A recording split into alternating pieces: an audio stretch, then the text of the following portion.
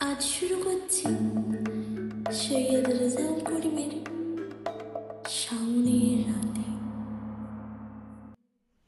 শীতের রাত, বৃদ্ধ মনসুর মিয়ার সাথে বসে আছি রাত 11টা থেকে। পাকশাল গাছের চিত্তরঞ্জন হাসপাতাল সংলগ্ন এক দোতলা বাড়ির ছাদে। বাইরে প্রচন্ড হিম পড়ছে, ঠকঠক করে কাঁপছি আমরা। তবুও প্রতীক্ষায় বসে আছি মনসুর মিনার মুখ চেয়ে। ঘুমে ঢুলছে একাদশীর চাঁদ, ঘুমে ঢুলছে জনমানবহীন কলকাতা শহর। দুনিয়ার দিকে অবাক চোখে তাকিয়ে আছে আসমানের অগণিত তারা। আমরা তাকিয়ে আছি নিচের পাকা সড়কের দিকে, কান খাড়া করে বসে আছি কিছু শুনবো বলে। মনসুর মিনার কণ্ঠে তখন একই সুর, দিলওয়ার আজ জরুর আয়েগা। আইন পড়তে গা ছেড়ে কলকাতায় এসছি কয়েক মাস আগে। বলতে গেলে ছেলেবেলা থেকে দাদু দিদাদের দৌলতে ভূতের কোলে মানুষ হচ্ছে, কিন্তু ভূত নামক অদ্ভুত জিনিসটা কখনো ঘাড়ে চেপে বসেনি কোনোদিন। কিন্তু সেই ভূত আজ কলকাতা শহরের বুকে ঘুরে বেড়ায়। এ কথা শুনে সত্যই আমি হতবাক। আমার সমস্ত ধ্যান ধারণা যেন তাসের ঘরের মতো ভেঙে পড়ল। ওলট পালট হয়ে গেল বিশ্বাস অবিশ্বাসের শক্ত ভিড়। ব্যাপারটা অন্য কারোর মুখে শুনলে নিঃসন্দেহে ফুৎকারে উড়িয়ে দিতাম, কিন্তু পরেশগার মনসুর মিয়া যখন তসবি হাতে বলল, हाँ बाबूजी, हर साल दूसरा सावन और तीसरा माघ यही रास्ते पर दिलवार आते रहे, তখন আমাকে সত্যই ভাবিয়ে তুলল ব্যাপারটা। দিলওয়ার কোনো ঐতিহাসিক চরিত্র নয়, আবার ঐতিহাসিক চরিত্রও বটে, কারণ এই ঘটনা আজকালের নয়, বহুদিন আগে। তা প্রায় 250 বছর আগে হবে। এই খাস কলকাতায় জন্ম হয়েছিল দিলওয়ার। পার্ক সার্কাসের এক আতুর ঘরে এক বিহারি মায়ের কোলে। তখন ইংরেজরা দাপিয়ে চলেছে কলকাতার বুক, আর মোগল জমানার চেরাগ নিবেছে একে একে। সেই যুগ সন্ধিক্ষণে মানুষ তখন নাজেহাল, জান প্রাণ ধন দৌলত নিয়ে ছুটাছুটি করছে সবাই। ফিরে যেতে চাইছে যে যার আপন ডেরায়। এইরকম একটা কঠিন পরিস্থিতিতে দিলওয়ারের পিতাজি কুরবান সাহেব চাইলেন কলকাতা থেকে ফিরে যাবেন বিহারে, কিন্তু নায়েব হাকিম সাহেব কিছুতেই রাজি হলেন না। তৎকালীন নবাবের তাজ গেছে, রাজ্য পাট গেছে, বলতে গেলে সবই গেছে, কিন্তু তার নায়েবের নবাবিয়ানা মেজাজখানা তখনও চির ধরনী এতটুকু। অগত্যায় তার গোলাপ বাগিচার খানদানি মালিক কুরবান সাহেবকে যেতে হলো নায়েবের কুঠিতে। প্রতীক্ষা যত দীর্ঘ থেকে দীর্ঘতর হতে থাকে, হতাশা ততই গ্রাস করতে থাকে আমার মন। এক রাশ চিন্তা এসে জড়ো হয়ে মাথার ভিতর। নিজেই নিজের মনকে প্রশ্ন করি, কি দরকার ছিল এসবে? আত্মা পরমাত্মার উদ্ভট কল্পকাহিনীর সত্যতা যাচাই করতে কেন এলাম এখানে? মনসুর মিনার ধ্যান ধারণা মনসুর মিনার কাছেই থাকতো, তাহলে শীতের রাতে এত কষ্ট পেতে হতো না, মশার কামড়ও সহ্য করতে হতো না। বিরক্তিতে নিয়ে উঠছে সারা শরীর, উঠি উঠি করেও উঠতে পারলাম না মনসুর মিনার মুখের দিকে চেয়ে। আমরা যে ধৈর্যহারা হয়ে পড়েছি তা বুঝেই মনসুর মিয়া বলল, और थोड़ा सा इंतजार करिए बाबूजी, फुलबानू को ले जाने के लिए दिलवार जरूर आएगा। ফুলবানু হলো হাকিম সাহেবের বেটি, যেন তার গোলাপ বাগিচার গোলাপি গোলাপ। যেমন তার রূপ তেমন তার বাচ্চা। চলন বলন আচার আচরণের কোনো তুলনা হয় না। যেন খোদা তাআলা তাকে সর্বাঙ্গ সুন্দর করে পাঠিয়েছেন এই দুনিয়ায়। হাকিম সাহেবের বাড়ির চৌহদ্দির মধ্যে বড় হতে থাকা দিলওয়ার আর ফুলবানু, একজন মনিবের মেয়ে, একজন নৌকরের ছেলে। সামাজিক এই দেয়ালটা ওদের সামনে খাড়ার মতো ঝুলিয়ে দেওয়া হলেও তা বোঝার বয়স ওদের ছিল না। তাই রাঙা চোখে শাসন উপেক্ষা করেও তারা মেতে থাকতো গল্প গুজবে, ইয়ার্কি ফাজলিমেতে, খেলাধুলায়। দিলওয়ারের আম্মি খুব পেয়ার করতো ফুলবানুকে। উঠোনে বারান্দায় একা একা ঘুরতে দেখলে আদরে গলায় ডাক দিত, আও বেটি, মেরে পাস আও। ডাক শুনে দৌড়ে আসতো ফুলবানু। তাকে বুকের মধ্যে টেনে নিয়ে চুমোয় চুমোয় ভরিয়ে দিত তার মুখ, যেন ফুলবানু তার নিজের মেয়ে, একান্ত আপন। ফুলবানুর মা তা দেখলে খুব বিরক্ত হতো, ধমক দিত দিলওয়ারের আম্মিকে, চটচাপাটি বসিয়ে দিত ফুলবানুর পিঠে। ফুলবানু কাঁদতে কাঁদতে উঠে যেত দোতলায়। মনে মনে ভাবতো তার মাটা যেন কেমন।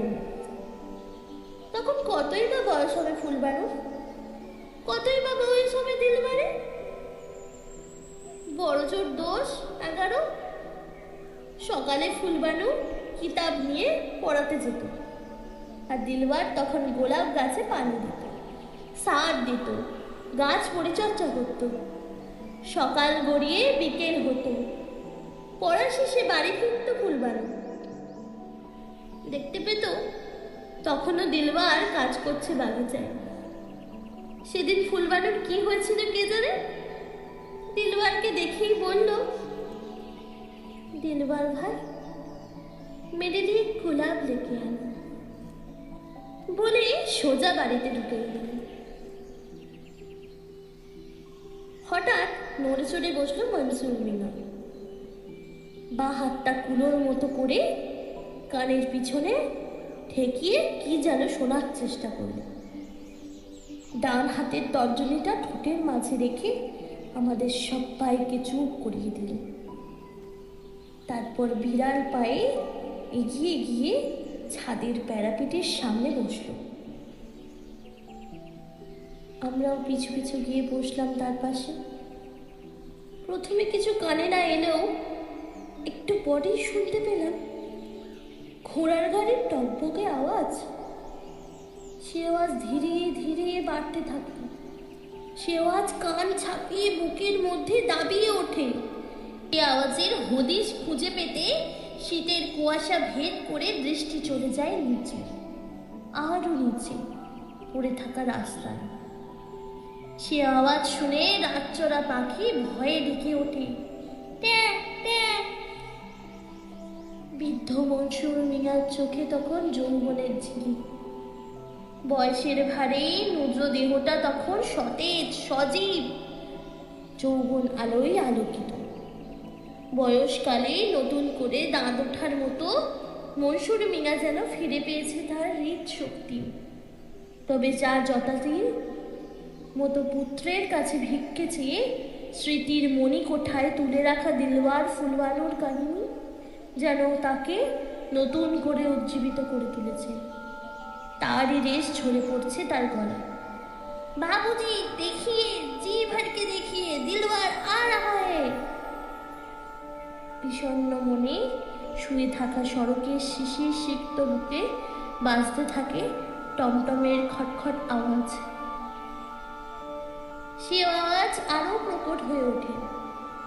একসময় চোখের আওতায় ধরে পড়ে শব্দের ছবি। পশ্চিম থেকে ছুটে আসছে একটা রথ। ঘন কুয়াশায় ভরা অস্পষ্ট আলোতে দেখতে পেলাম এক অপূর্ব ছবি। গোলাপ ফুলে সাজানো সেই রথে চেপে আসছে এক 10-11 বছরের কিশোর। মাথায় তার দামি পাগড়ি, গায়ে তার রাজ পোশাক, এক হাতে তার চাবুক, অন্য হাতে ঘোড়ার লাগাম। এ যেন রামায়ণের কিশোর লব। রাজপথে চেপে রাজ্য জয়ে বেরিয়েছে সে।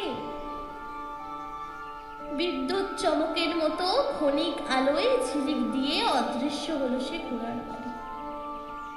কিন্তু তার রেশ থেকে গেল আমার মনে। তখন আমি ডুবে গেলাম দিলওয়ারের চিন্তায়। ওই কিশোর দামাল ছেলেটা আমার এতদিনের গড়ে ওঠা ধ্যান ধারণার ভেঙে চুরমার করে দিয়ে গেল। তবেও সন্ধিহান মন প্রশ্ন করে তুলল, এটা কি বাস্তব না অন্য কিছু? চোখে দেখা ঘটনাও কি অবাস্তব? আমার অন্য সত্তা পাল্টা প্রশ্ন লাগলো আমার কাছে। তার উত্তর খোঁজার আগেই মনসুর মিয়া বলল, চালিয়ে বাবুজি আন্দর মে। অগত্যা চিন্তার ছেদ পড়ল। মনসুর মিয়ার সাথে নেমে এলাম ছাদ থেকে, গিয়ে বসলাম তার ঘরে। দিলওয়ার সম্বন্ধে আরো কিছু জানার জন্য মনটা ব্যতিব্যস্ত হয়ে গেল। আমি শশব্যস্ত হয়ে জানতে চাইলাম, কি অপরাধ এমন করেছিল সে, যার জন্য দিলওয়ারকে প্রাণ দিতে হলো? कसूर तो कुछ नहीं किया बाबूजी, लेकिन हकीम साहब उसको कसूर समझ लिया, गुलाब देने का कसूर। কথা বলেই চুপচাপ হয়ে গেল মনসুর মিয়া। বুক উজাড় করা একটা দীর্ঘশ্বাস বেরিয়ে এলো তার নাক মুখ থেকে। আমি হতভম্বের মতো তাকিয়ে আছি তার মুখের দিকে। এক সময় নিঃশব্দতা ভেঙে মনসুর মিয়া বলল, बाबूजी ये बात सही है, वो दोनों को बीच में प्यार थी, लेकिन वो प्यार बच्ची का प्यार, उसमें कोई कसूर नहीं थी। लेकिन हकीम साहब कसूर समझ के घर से बंदूक लेके आए और निशाना करके तिगर दबा दी। গল্প বলতে বলতে মনসুর মিয়ার চোখ দুটো জলে টলটল করে উঠল। গলার স্বরে ফুটে উঠল বেদনার আত্মীয়। নিজের ছেড়ে হারালে যেভাবে মানুষ বিপর্যস্ত হয়ে পড়ে, তারই ছবি দেখলাম তার চোখে মুখে। বেদনাহত কণ্ঠে মনসুর মিয়াকে বলতে শুনলাম, दुम करके एक आवाज हुआ, थोड़ा सा धुआं निकला, शोर मचा के दिलवार गिर गए, खून से बह गए सारे अंग। এই দৃশ্য দেখে কোকিয়ে কেঁদে উঠল ফুলবানু। সাথে সাথে জ্ঞান হারিয়ে লুটিয়ে পড়ল মেঝেতে। হাত থেকে তার ছিটকে পড়ল লাল গোলাপ। বন্দুক রেখে নিচে নেমে এলেন হাকিম সাহেব।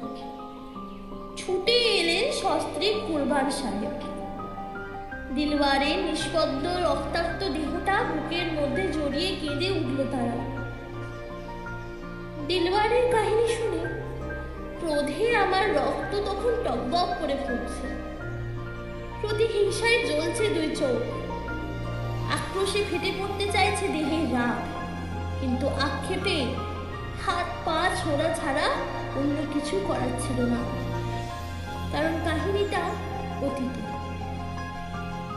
তবুও জানতে ইচ্ছা হলো শয়তানটা শেষ পরিণতি। তাই মনসুর মিয়ার কাছে জানতে চাইলাম, তিনদিপুরের একটা জলজান্ত ছেলেকে খুন করলো, কোনো সাজা হলো না হাকিমের?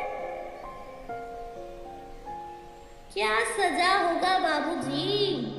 वो लोगों के लिए देश में कोई कानून थी ना, आज भी है। অবজ্ঞার সুর ঝরে পড়ল মনসুর মিয়ার গলায়। ততটাই বিস্মিত হয়ে আমি শুধালাম, পুলিশ হাকিমকে ধরল না? हाँ बाबूजी, पुलिस तो पकड़ाया, जेल में भी भेज दिया, विचार भी हुआ, लेकिन जज साहब उसको बाइज्जत रिहा कर दिया। ছাড়া পেয়ে গেল মানে? চোখ কপালে উঠল আমার। মনসুর মিয়া গম্ভীর হয়ে বলল, ऐसा ही तो होता है बाबूजी, जिसको पाप पैसा है कानून उसको गुलाम है। মনসুর মিয়ার মুখে সে কাহিনী শুনে চমকে উঠলাম আমি। লজ্জায় ঘৃণায় আমার সারা শরীরটা রিরি করে উঠল। মনে হলো আমার ভিতরে সাদা জামাতে পানের পিক ফেলে দিলে মনসুর মিয়া। অত্যন্ত আক্ষেপের সাথে মনসুর মিয়া বলল, न्यायालय में वकील साहब बिल्कुल झूठ बोल दिया। उसने न्यायाधीश को समझाया हकीम को कोई कसूर नहीं थी। उसने उसको लाइसेंस वाला बंदूक लेके झाड़ पोछ करती थी, अचानक छूट गया।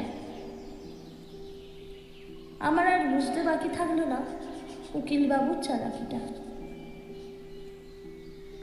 তিনি বিচারককে বুঝিয়ে বলেছিলেন, ওই সময় দিলওয়ারের ওখানে আসার কথা নয়, ও হঠাৎ গিয়ে পড়েছে আর আচমকা গুলিটা ছুটে গিয়ে ওর বুকে বেঁধেছে, সুতরাং তার ক্লায়েন্টের কোনো দোষ নেই। বিচারক সেই আবেদন মঞ্জুর করেছিলেন। লেকিন সাজা উসকো মিলা হে বাবুজি। মনসুর মিয়ার কথা মৃত সঞ্জীবনী সালসার মতো মনে হলো আমার। হতাশায় ডুবে যাওয়া মনটা ভরে উঠল আনন্দে। যাক, শয়তানটা সাজা পেয়েছিল তাহলে। খুশির বাতাস বয়ে গেল হৃদয়ে। ঈশ্বর বলে তাহলে কেউ একজন আছেন। না হলে ব্যাপারটা জানতে উদ্গ্রীব চোখে মনসুর মিয়ার মুখের দিকে তাকালাম। মনসুর মিয়ার কাছ থেকে জানতে পারলাম, সেদিন আদালত থেকে ছাড়া পেয়ে হাকিম সাহেব তার সঙ্গী সাথীদের নিয়ে বাড়িতে যখন ঢুকলো তখন বেলা 2টা। বহুদিন তার প্যারি বেটি ফুলবানুকে দেখেননি তিনি। বুকের মধ্যে খা খা করছিল। ঘরে ঢুকতেই তিনি হাঁক দিলেন, ফুলবানু বেটি আও, যারা দেখকে। ডাক শুনে দোতলার ঘর থেকে ছুটে বারান্দায় এলো ফুলবানু। রেলিংয়ের কাছে দাঁড়িয়ে দেখলো হাকিম সাহেবকে, যাকে দেখে তার মনে হলো তিনি তার আব্বা। তাকে দেখে মনে হলো পূজার প্যান্ডেলে দেখা মহিষাসুর। মাথায় লম্বা ঝাগড়া চুল, ইয়া মোটা গোঁফ, ভাটার মতো গোল রক্তবর্ণ চোখ তাকে হাত বাড়িয়ে ডাকছে। ফুলবানুর মনে পড়ে গেল সেই দিনের সেই ঘটনা। চোখের সামনে দিলওয়ারকে মরতে দেখেছে সে। আজ সেই হাতে তার আব্বা যে তাকে গলা টিপে মারবে না, এ কথা কে বলতে পারে? সেই ভয়েই বিকৃত মস্তিষ্কা ফুলবানু ঝাঁপ দিয়ে বাঁচাতে চাইল নিজেকে। ছুটে গিয়ে রক্ষে করতে পারল না হাকিম সাহেব। তার চোখের সামনেই শেষ হয়ে গেল ফুলবানুর জীবন। মনসুর মিয়ার কাহিনী শুনে আমি থ হয়ে গেলাম। উঁচু পাহাড় থেকে পা পিছলে পড়ে গেলে যেমন অবস্থা হয়, তেমন অবস্থা হলো আমার। রক্তের বান বয়ে গেল সারা শরীর। ভেঙে চুরমার হয়ে গেল আমার সব আকাঙ্ক্ষা। মনে প্রাণে চাইলাম হাকিম সাহেবের সাজা। সে সাজা দিতে গিয়ে জীবন দিতে হলো ফুলবানুকে। এ কেমন বিচার খোদা! আক্ষেপে ভরে গেল আমার বুক। আমার মুখের দিকে চেয়ে মনসুর মিয়া কি বুঝেছিল কে জানে। স্বগতোক্তি করার মতোই আপন মনে বলল, खुदा ने क्या, खुदा ने उसको माफ कर दिया, उसको सोचने का दिमाग छीन लिया, उसको पागल बना दिया। हकीम साहब समझ नहीं पाए क्या से क्या हो गया। যুক্তিবাদী মানুষ হলেও কি হবে? সেদিনের সেই ঘটনার কথা আমি আজও ভুলতে পারিনি, ভুলতেও পারবো না কোনোদিন।